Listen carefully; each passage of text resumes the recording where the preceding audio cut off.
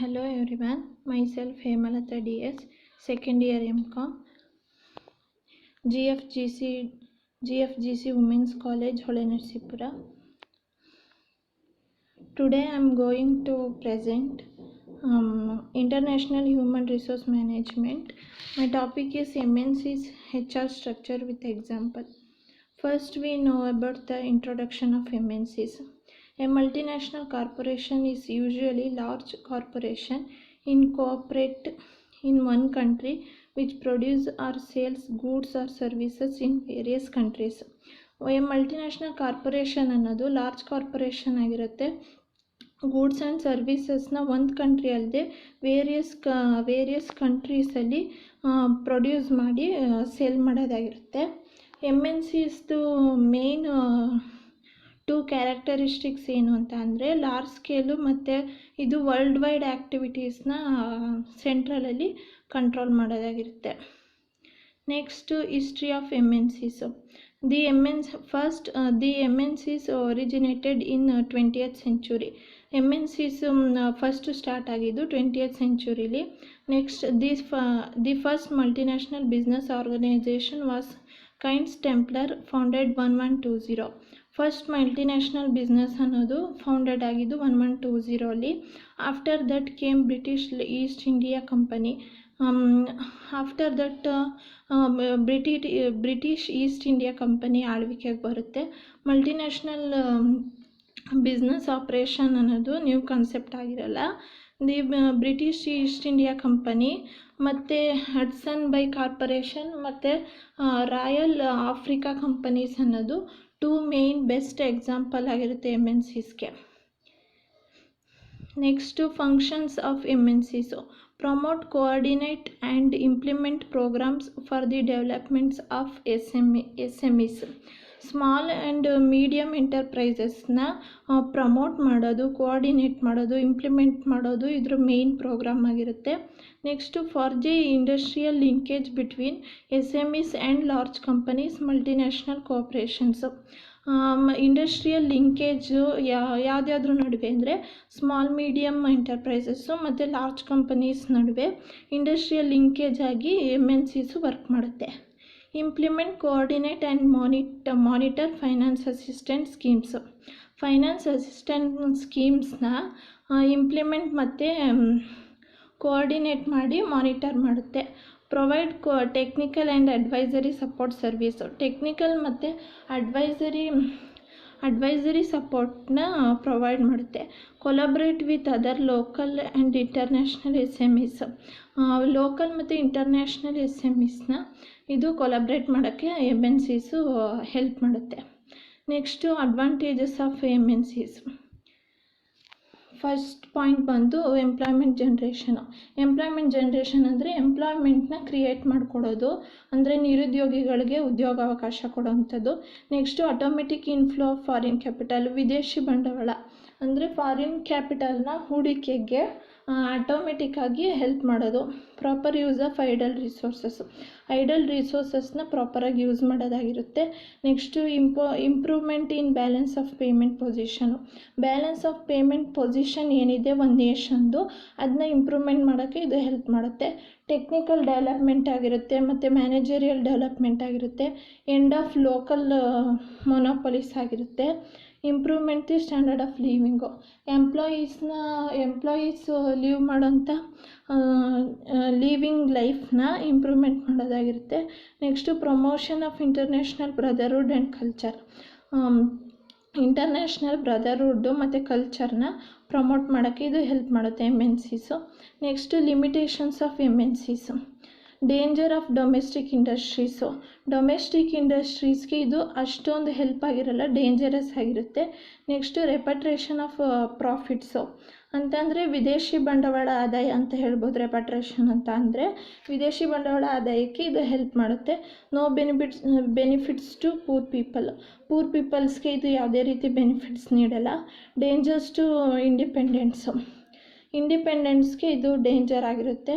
ಮತ್ತು discard of the nation interest of the host country ಏನಿದೆ ಅದಕ್ಕೆ ಇದು ಡಿಸ್ಕಾರ್ಡ್ ಆಗಿ ಇರುತ್ತೆ.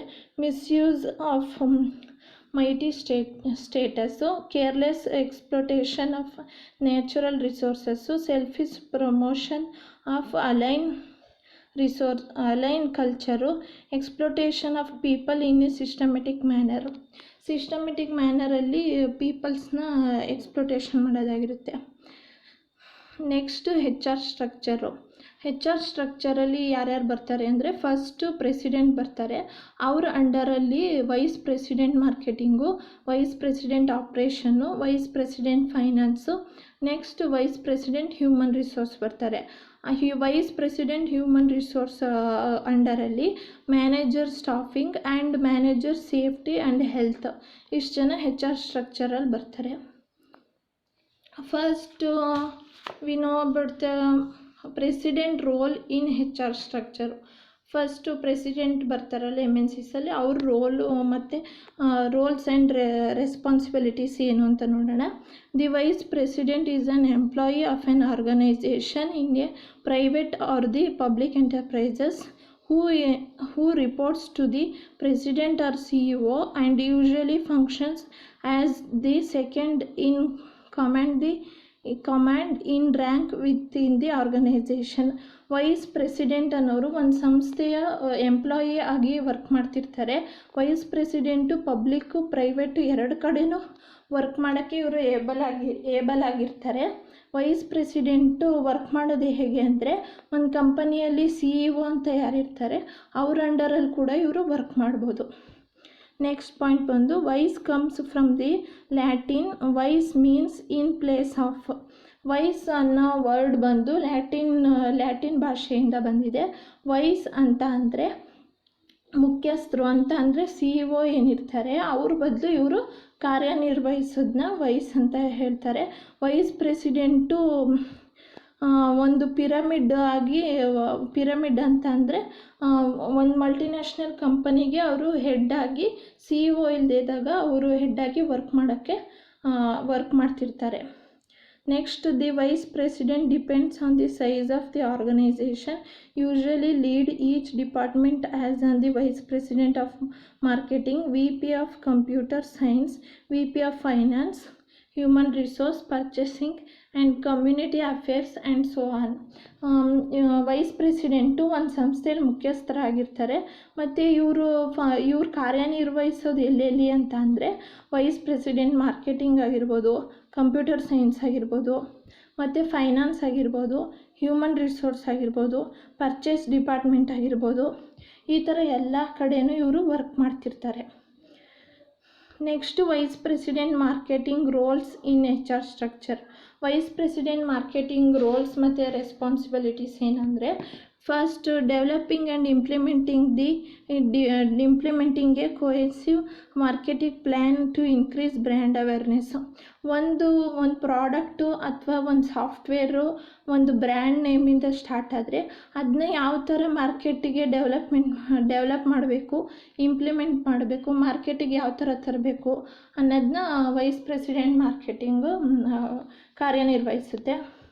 Next, setting current and long term goals for internal teams. Current ಮತ್ತು ಪ್ರೆಸೆಂಟ್ ಮತ್ತು ಫ್ಯೂಚರ್ ಮಾರ್ಕೆಟ್ ಗೋಲ್ಸ್ ಏನಿದೆ ಅದನ್ನು ಮಾರ್ಕೆಟಿಂಗಲ್ಲಿ ಇಂಪ್ಲಿಮೆಂಟ್ ಮಾಡೋದಾಗಿರುತ್ತೆ. Next, designing and reviewing the marketing department budget.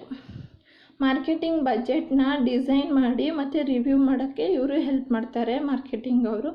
Next, vice president operations role in HR structure. Vice president operations ಅವ್ರ roles ಏನು, responsibilities ಏನು ಅಂತ ಅಂದರೆ, first point, appoint department heads or managers and assign responsibility.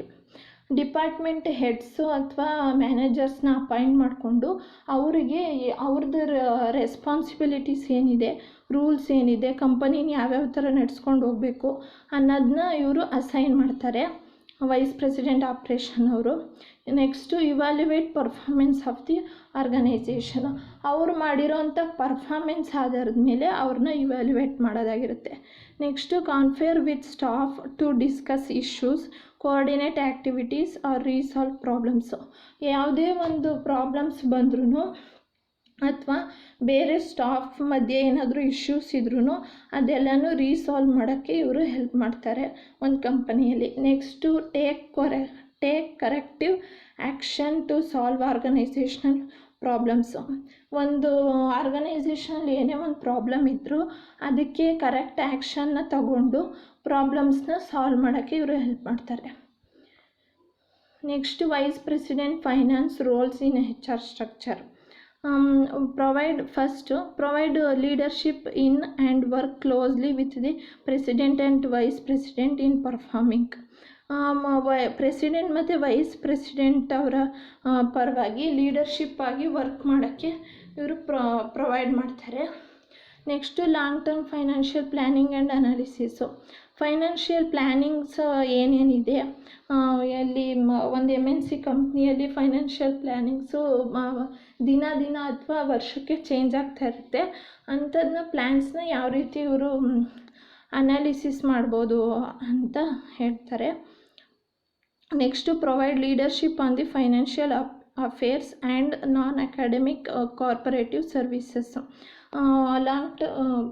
Leadership finance ಅಫೇರ್ಸ್ನ ಮತ್ತು non academic corporate ಸರ್ವಿಸಸ್ನ provide ಮಾಡೋಕ್ಕೆ ಇವರು ಹೆಲ್ಪ್ ಮಾಡ್ತಾರೆ. Next develop and support strong external relationship with bankers, investment adviser and auditor of corporate services to the university. Bankers ಅಥವಾ investment advisers ಮತ್ತು ಆಡಿಟರ್ಸ್ನ develop ಮತ್ತು ಸಪೋರ್ಟ್ ಮಾಡಿ ಎಕ್ಸ್ಟರ್ನಲ್ ರಿಲೇಷನ್ಶಿಪ್ನ ಸ್ಟ್ರಾಂಗ್ ಮಾಡ್ತಾರೆ. Next vice president human resources roles in HR structure.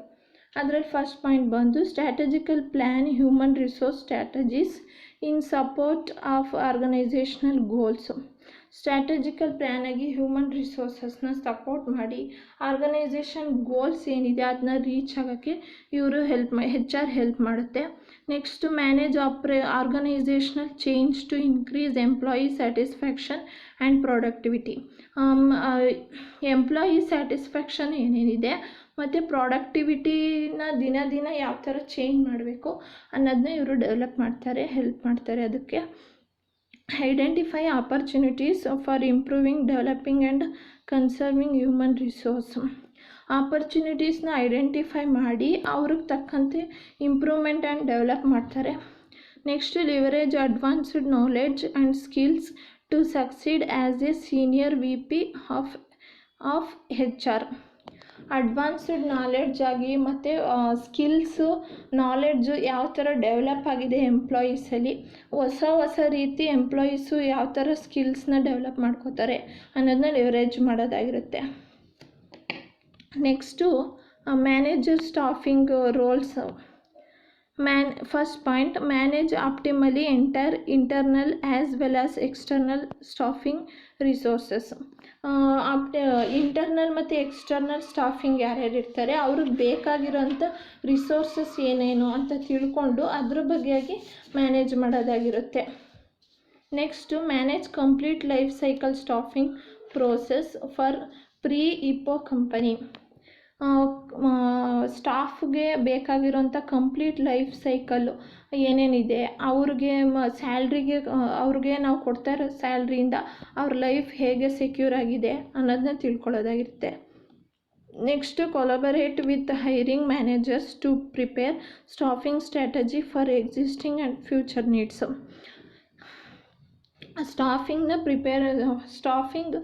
ಸ್ಟ್ರಾಟಜಿನ prepare ಮಾಡಿ ಮತ್ತು ಅದನ್ನ ಯಾವ ರೀತಿ ಎಕ್ಸಿಟ್ ಮಾಡಬೇಕು ಮತ್ತು ಫ್ಯೂಚರ್ ನೀಡ್ಸ್ ಏನಿದೆ ಅದನ್ನ ಯಾವ ರೀತಿ ಮ್ಯಾನೇಜ್ ಮಾಡಬೇಕು ಅನ್ನೋದನ್ನ ನೋಡಿಕೊಂಡು ಮ್ಯಾನೇಜರು ಒಳ್ಳೆ ಸ್ಕಿಲ್ ಇರೋಂಥ ಎಂಪ್ಲಾಯೀಸ್ನ ಹೈರ್ ಮಾಡಬೇಕಾಗಿರುತ್ತೆ.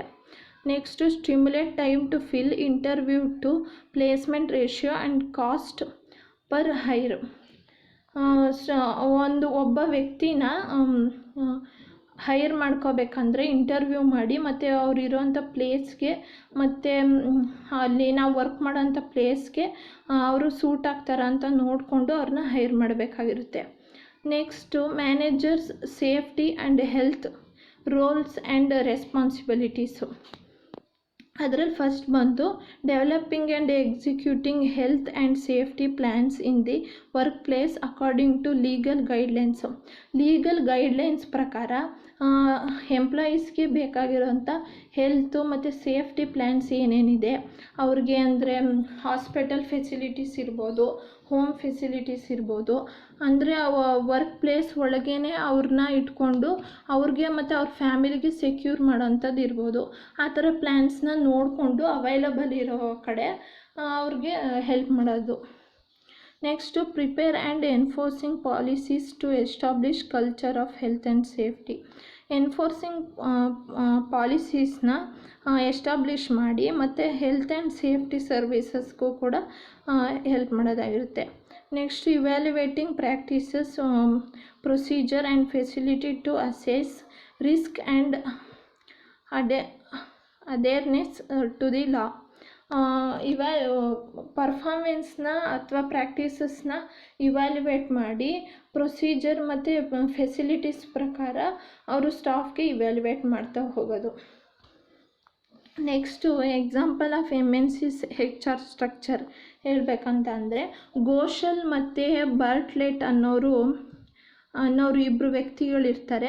ಘೋಷಲ್ ಆ್ಯಂಡ್ ಬರ್ಟ್ಲೆಟ್ ಅನ್ನೋರು 1990 MNC's ಸ್ಟ್ರಕ್ಚರ್ನ ಡೆವಲಪ್ ಮಾಡ್ತಾ ಹೋಗ್ತಾರೆ. MNCಯಲ್ಲಿ ಡಿಫ್ರೆಂಟ್ ಆರ್ಗನೈಸೇಷನ್ ಯೂನಿಟ್ಸ್ ಇರುತ್ತೆ. ಅವ್ರು ಇದ್ದಿದ್ದ ಫೀಲ್ಡಲ್ಲಿ ಆ ಥರ ಡಿಫ್ರೆಂಟ್ ಆರ್ಗನೈಸೇಷನ್ಸ್ ಇರುತ್ತೆ.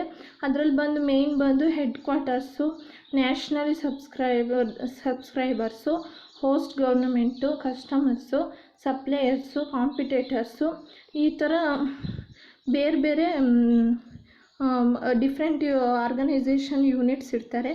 ಬೆಸ್ಟ್ ಎಕ್ಸಾಂಪಲ್ ಆಫ್ MNC's ಅಂತ ಅಂದರೆ ಟೊಯೋಟಾ, ಫಿಲಿಪ್ಸು, ಇಂಟೆಲ್ಲು, ಈ ಥರ ಬೇರೆ ಕಂಪ್ನಿಗಳು, ಮೋಟಾರ್ ಕಂಪನೀಸು, ಈ ಥರ ಇವ್ರದ್ದೆಲ್ಲ ರೀಜನಲ್ ಸ್ಟ್ರಕ್ಚರಿಂದ ಇವರು ಎಕ್ಸಾಂಪಲ್ಸ್ ಆಗಿರ್ತಾರೆ.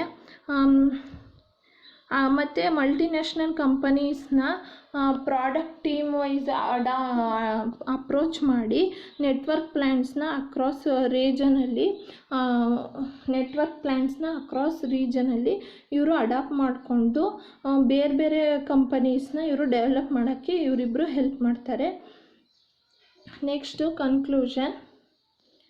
MNCs are beneficial for India and it's also give disadvantages to India. MNCs ಅನ್ನೋದು ಬಂದಾದಮೇಲೆ ತುಂಬ ಬೆನಿಫಿಟ್ ಆಗಿದೆ ಇಂಡಿಯಾಗೆ. ಅದೇ ರೀತಿ ಅಡ್ವಾಂಟೇಜು ಮತ್ತು ಡಿಸ್ಅಡ್ವಾಂಟೇಜು ಎರಡೂ ಕೂಡ ಆಗಿದೆ. They give us employment, growth, development, etc. But they also create monopoly in marketing. The small sectors which exist in marketing getting closed. ಅಂತ ಅಂದರೆ ಎಂಪ್ಲಾಯ್ಮೆಂಟು MNCs ಕಂಪನಿಗಳು ಬಂದಾದಮೇಲೆ ಎಂಪ್ಲಾಯ್ಮೆಂಟು ಅಂದರೆ ಉದ್ಯೋಗ ಇಲ್ಲದೇ ಇರೋರಿಗೆ ಉದ್ಯೋಗ ಸಿಗೋವಂಥದ್ದು ಮತ್ತು ಗ್ರೋತು, ಡೆವಲಪ್ಮೆಂಟು ಇದೆಲ್ಲ ಆಗಿದೆ. ಬಟ್ ಮೊನೋಪೊಲಿ ಮಾರ್ಕೆಟ್ ಅಂತಂದರೆ ಸ್ಮಾಲ್ ಸೆಕ್ಟರ್ಸ್ ಮಾರ್ಕೆಟ್ಸ್ ಏನಿದೆ ಅವ್ರಿಗೆ ಇದರಿಂದ ಲಾಸಸ್ ಆಗಿದೆ ಅಂತ ಹೇಳ್ಬೋದು. ಇದೊಂದು ಡಿಸ್ಅಡ್ವಾಂಟೇಜ್ ಆಗಿರ್ಬೋದು. Next all companies must deal with global and local dilemma. ಎಲ್ಲ ಕಂಪನೀಸ್ಗಳು ಗ್ಲೋಬಲ್ ಮತ್ತು ಲೋಕಲ್ ಎರಡೂ ಕಡೆಯೂ ಡೀಲ್ ಮಾಡೋದಾಗಿರುತ್ತೆ.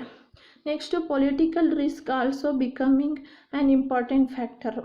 ಇದರಲ್ಲಿ ರಾಜಕೀಯವಾಗಿ ಬಂಡವಾಳ ಹೂಡೋರು ಕೂಡ ಇಂಪಾರ್ಟೆಂಟ್ ಫ್ಯಾಕ್ಟರಾಗಿ ಇರ್ತಾರೆ. Thank you.